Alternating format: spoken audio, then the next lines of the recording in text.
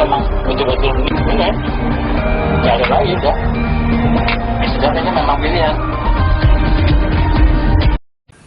Ada 4 faktor yang mempengaruhi seseorang bisa intoleran. Yang pertama, kepribadian, mungkin dari lingkungan rumah mungkin. Kedua, lingkungan pendidikan di sekolah tadi, temannya, gurunya, siapa di situ, di kelompoknya dia. Juga sosial. Pertama, tidak boleh memaksakan kehendak pribadi kepada orang lain. Kita harus peduli terhadap lingkungan sekitar. Ada dan sudah bulat. Nggak usah pakai yang lain-lain, tinggal diglorifikasikan saja. Ini ada dan sudah bulat. Nggak usah dibantahkan, tinggal dikerjakan. Ini pertama. Ini cara pandang kita terhadap bangsa kita. Diajarkan dengan bahasa-bahasa yang mudah dipahami. Bapak Ibu sekalian, itu apa yang bisa kami sampaikan saat ini. Semoga bisa menjadi penggugah, dan ini adalah hasil kumpulan kami terhadap berbagai pemikiran orang-orang yang sudah kami ajak diskusi, juga beberapa literasi terkait bagaimana kita membangun ekosistem toleran baik di sekolah maupun di mana saja. Semoga kejadian-kejadian yang dapat merobek-robek NKRI, merobek-robek pita Bhinneka Tunggal Ika kita tidak pernah terjadi lagi, khususnya di Jawa Timur dan umumnya di Indonesia. Kami akan menyampaikan bagaimana membangun ekosistem toleran di lingkungan sekolah. Sebetulnya materi saya ini hampir mirip-mirip tadi yang disampaikan oleh Pak Asep ya. Sudah diborong semua sama Pak Asep. Bersikap apatis dan cuek terhadap kondisi sekelilingnya. Ini tingkatan yang pertama. Dan yang kedua adalah senang dengan adanya perbedaan. Hati merasa senang melihat perbedaan dan keberagaman. Menyikapi perbedaan dengan merayakannya, karena perbedaan adalah sebuah kesempatan dan merupakan modal pembangunan suatu bangsa. Contohnya organisasi Indonesia merayakan perbedaan. Ada ini Pak. Masih lebih kecil 32%, sementara sebanyak 19% cenderung memaknai keragaman sebagai keseragaman. Maka anak-anak untuk dicetak cinta kepada tanah air. Ini sudah yang ekosistem yang kita buat di sekolah.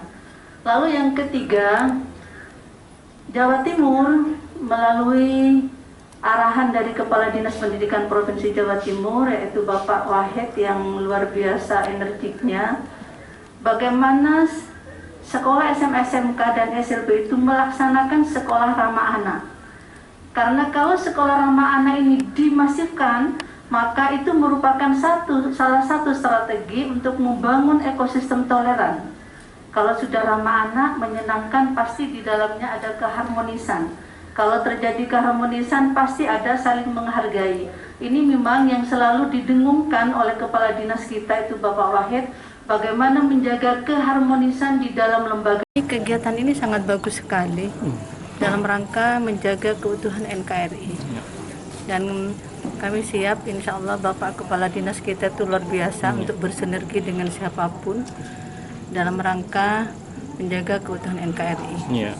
Dan ini juga atas arahan dari Ibu Gubernur bagaimana Jawa Timur benar-benar harmonis. Nah, kalau di kurikulum sudah mulai jalan, Mas. Sudah mulai jalan ya. Pendidikan karakter itu kan di dalamnya ada tentang intoleransi, bagaimana menghargai orang, itu sudah ada dan sudah terintegrasi dengan mapel-mapel yang lain. Harapannya dari kegiatan ini, Bu?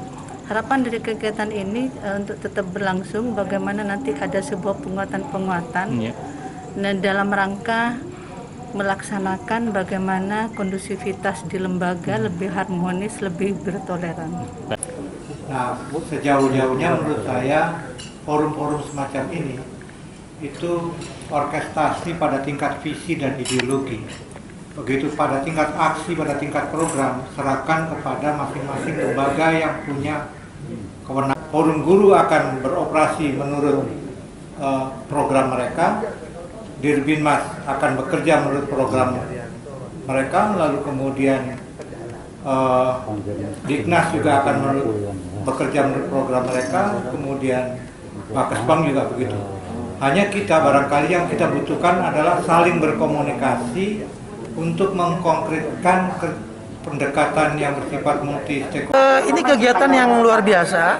Dari forum ini kita akan mencoba menguatkan fondasi untuk membuat penguatan khususnya di sekolah terkait toleransi yang berujung kepada bagaimana sekolah-sekolah, pelajar-pelajar kita punya daya tangkal dan daya cegah terhadap paham-paham maupun sikap-sikap intoleran, radikal, dan berujungnya ke terorisme. Nanti ke depan kami dari kepolisian, khususnya Polda Jatim akan bekerja sama secara nyata dengan Bakesbang Pol Provinsi juga dengan Dinas Pendidikan. Kita akan buat rencana aksi nyata, nanti mungkin kita mulai dulu dengan rakor, kita akan petakan semua katakanlah akar masalah, kita buat SWOT seluruh kepala sekolah ataupun misalnya yayasan atau juga forum guru kita libatkan. Ayo kita bicara sekolah mana yang perlu kita masukin, kelompok mana yang harus kita bina, atau yang sudah bagus apa yang perlu kita tingkatkan. Kita akan gunakan semua pendekatan seperti yang sudah disarankan oleh rekan-rekan yang dari forum ini. Itu inti dari sasarannya di anak didik atau guru-guru? Oh semua, jadi sekolah itu kita ada pelajarnya, muridnya, ada guru tenaga pendidiknya, juga ada katakanlah pengelolanya dan lingkungannya. Itu akan kita buat sedemikian rupa, nanti mudah-mudahan ujungnya kita akan mencoba bekerja sama seluruh stakeholder membuat Jatim menjadi provinsi yang intoleran, yang toleran. Ya. Baik, itu. Terima kasih. Jadi kami akan bekerjasama dengan Polda, dalam hal ini adalah Binmas. Bersama-sama kami ingin membangun bagaimana Jawa Timur menjadi suatu provinsi yang toleran, membangun ekosistem lingkungan sekolah. Kita masuk bekerjasama dengan Polda. Ini ingin memberikan edukasi, pembinaan kepada adik-adik SMA. Karena memang sasaran utama itu adalah generasi muda, yang dimana ini adalah hulunya ya, bukan di hilir ya.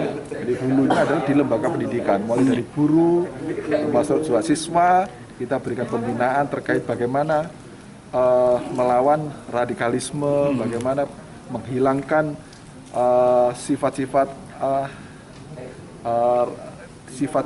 ekstremisme, ya kan, dan membangun wawasan kebangsaan agar mencintai NKRI. Itu saja, kami ingin bersinergi, kami berkomitmen bersama-sama untuk menciptakan Jawa Timur yang aman, kondusif, dan toleran terhadap perbedaan. Terima kasih. Terima kasih ya, Pak. Jawa Timur ekosistem toleran. Siap sinergi bersama. Tepuk tangan untuk kita semua.